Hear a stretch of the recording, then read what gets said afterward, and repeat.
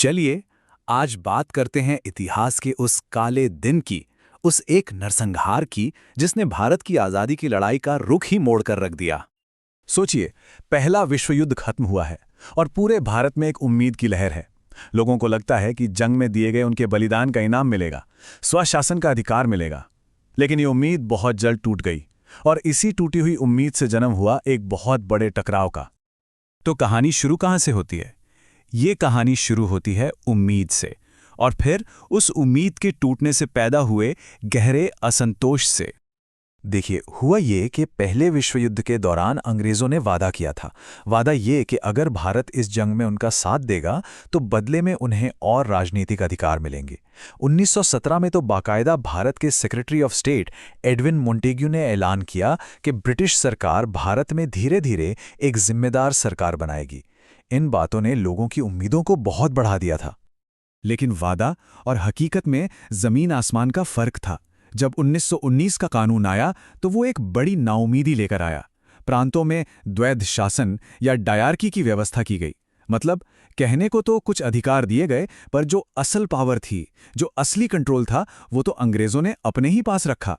ये एक धोखा था और इससे पूरे देश में गुस्सा फैल गया। और इस बढ़ते गुस्से की आग में घी डालने का काम किया अंग्रेजों के एक नए बेहद सख्त कानून ने। नाम था इसका रॉलेट एक्ट। वैसे तो इसका ऑफिशियल नाम बड़ा लंबा चौड़ा था, अराजक और क्रांतिकारी अपराध अधिनियम 1919, पर इसका सीधा साधा मकसद एक ही था, किसी भी तरह की राजनीतिक आवाज को, किसी भी विरोध को बेरहमी से कुचल देना। जरा सोचिए, इस कानून के तहत सरकार को क्या क्या ताकतें मिल गईं। किसी को भी सिर्फ शक के आधार पर बिना किसी वारंट के गिरफ्तार किया जा सकता था, और तो और 2 साल तक जेल में बंद रख सकते थे, वो भी बिना किसी मुकदमे के। कोई अपील नहीं, कोई दलील नहीं। ये तो सीधे सीधे लोगों के बुनियादी अधिकारों को छीनना था। तो जाहिर है पूरे भारत ने इसे काला कानून का नाम दिया। काला कानून क्यों? क्योंकि यह सरासर नाइंसाफी थी, दमनकारी था, और इसे तब पास किया गया जब काउंसिल के सारे भारतीय सदस्यों ने मिलकर इसका विरोध किया था। उनकी आवाज को अनसुना कर दिया गया। अब इस जुल्म के जवाब में जो हुआ वो भारत ने पहले कभी नहीं देखा था।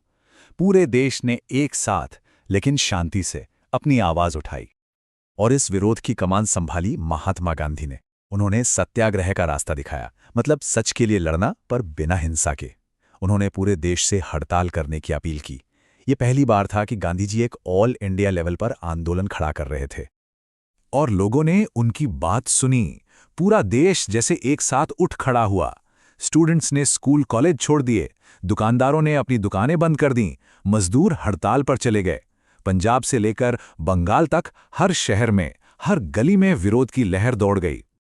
लेकिन इस राष्ट्रव्यापी आंदोलन का जो एपिसेंटर था वो था पंजाब, और वहीं पर यह शांतिपूर्ण विरोध एक भयानक, एक खूनी मोड़ लेने वाला था। पंजाब में माहौल पहले से ही गर्म था और फिर 10 अप्रैल 1919 को अमृतसर में 2 बड़े स्थानीय नेता डॉक्टर किचलू और डॉक्टर सत्यपाल को गिरफ्तार कर लिया गया। बस इस एक चिंगारी ने लोगों के गुस्से की आग को और भड़का दिया। और फिर वो दिन आया, 13 अप्रैल 1919। बैसाखी का दिन था, एक त्योहार का दिन। हजारों लोग, परिवार, औरतें, बच्चे सब जलियांवाला बाग में इकट्ठा हुए थे। कुछ लोग शांति से विरोध करने आए थे तो कई सिर्फ मेला घूमने। ज्यादातर लोगों को तो यह भी पता नहीं था कि शहर में जनरल डायर ने किसी भी तरह की मीटिंग पर पाबंदी लगा दी है। तभी जनरल डायर अपनी टुकड़ी के साथ वहां आ धमका। उसने बाग से बाहर निकलने का जो एक ही मेन रास्ता था उसे बंद करवा दिया और फिर बिना कोई चेतावनी दिए अपनी फौज को निहत्ती भीड़ पर गोलियां चलाने का हुक्म दे दिया। गोलियां चलती रहीं, 1 मिनट 2 मिनट नहीं, पूरे 10 मिनट तक। कुल 1650 राउंड गोलियां चलीं। सोचिए, लोग चारों तरफ से ऊंची दीवारों से घिरे थे। भागने का कोई रास्ता ही नहीं था। ये कोई झड़प नहीं थी, ये एक सोचा समझा नरसंहार था। सरकारी रिकॉर्ड्स कहते हैं कि 379 लोग मारे गए, लेकिन सच तो ये है कि असल आंकड़ा शायद 1000 से भी कहीं ज्यादा था। और जो बात इस पूरी घटना को और भी ज्यादा खौफनाक बना देती है वो है जनरल डायर का बयान। जब उससे बाद में पूछा गया कि उसने ऐसा क्यों किया तो उसने कहा, मैं लोगों पर एक नैतिक प्रभाव डालना चाहता था, मैं उनके दिलों में डर पैदा करना चाहता था। इस नरसंहार ने भारत की आत्मा पर एक ऐसा जख्म दिया जो कभी नहीं भर सका, और इसने आज़ादी की लड़ाई को हमेशा के लिए बदल दिया। पूरी देश में गुस्सा और दुख की लहर दौड़ गई। इसी के विरोध में महान कवि रविंद्रनाथ टैगोर ने अंग्रेजों से मिली अपनी नाइटहुड की उपाधि लौटा दी। उन्होंने कहा, अब सम्मान के ये तमगे हमारे अपमान और शर्म को और भी ज्यादा चुभने वाले बना रहे हैं।